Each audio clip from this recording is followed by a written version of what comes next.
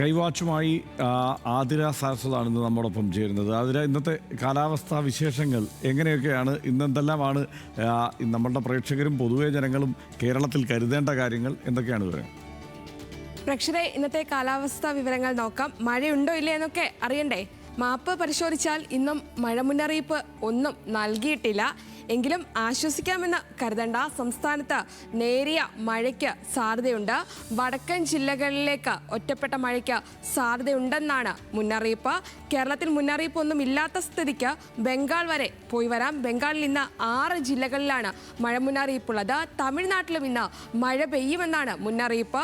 കർണാടകയിൽ ഇന്ന് വ്യാപക മഴയ്ക്കുള്ള സാധ്യതയാണുള്ളത്. അപ്പോൾ കേരളത്തിൽ നിന്നൊക്കെ മൈസൂർ പോലെയുള്ള വിനോദസഞ്ചാര കേന്ദ്രങ്ങളിലേക്ക് യാത്ര പോകുന്നവരൊക്കെ മഴ പ്രതീക്ഷിച്ചേക്കുക, മുൻകരുതലുകൾ എടുക്കുക.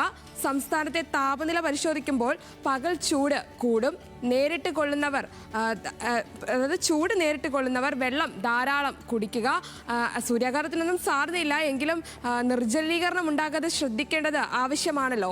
തിരുവനന്തപുരത്ത് 34 ഡിഗ്രി സെൽഷ്യസ് ആണ് ഇന്നത്തെ അന്തരീക്ഷ താപനില. അത് 34 ഡിഗ്രി സെൽഷ്യസ് വരെ ഉയരും. കൊച്ചിയിലേക്ക് എത്തുമ്പോൾ 30 ഡിഗ്രി സെൽഷ്യസ് വരെ ഉയരും. കോഴിക്കോട് 33 ഡിഗ്രി സെൽഷ്യസ് വരെ ഉയരുമെന്നാണ് മനസ്സിലാക്കാൻ കഴിയുന്നത്. പ്രേക്ഷകരെ, അപ്പോൾ ഇങ്ങനെയൊക്കെയാണ് ഇന്നത്തെ കാലാവസ്ഥാ വിവരങ്ങൾ. മഴ മുന്നറിയിപ്പ് നിലവിലില്ലെങ്കിലും കാലാവസ്ഥയാണ്, എപ്പോൾ വേണമെങ്കിലും മാറി മറിയാം എന്ന് മനസ്സിൽ വെക്കുക. സുരക്ഷിതരായിരിക്കുക. നാളെ വീണ്ടും കാണാം.